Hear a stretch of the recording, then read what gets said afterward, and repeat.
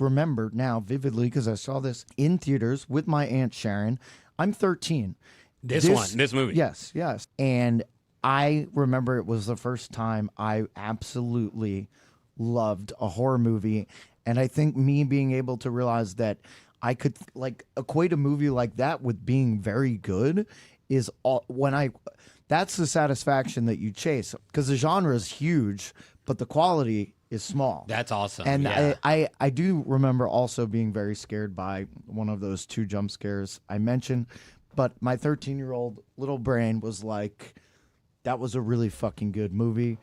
And it was scary, and I'm here wanting to see more stuff like that. Right, because before that, it's sort of like, let's get around, and the whole thing is the drug of the fear, but it's less about also being like, that's a cinematic great movie. The movie that first made me realize, it was well before my journey with you guys to be like, I might actually learn to like horror movies, but the movie that first made me realize that like a horror movie can be one of the best movies I've ever seen was The Shining. I thought you were going to say The Thing. Oh, yeah, The Shining's No, great.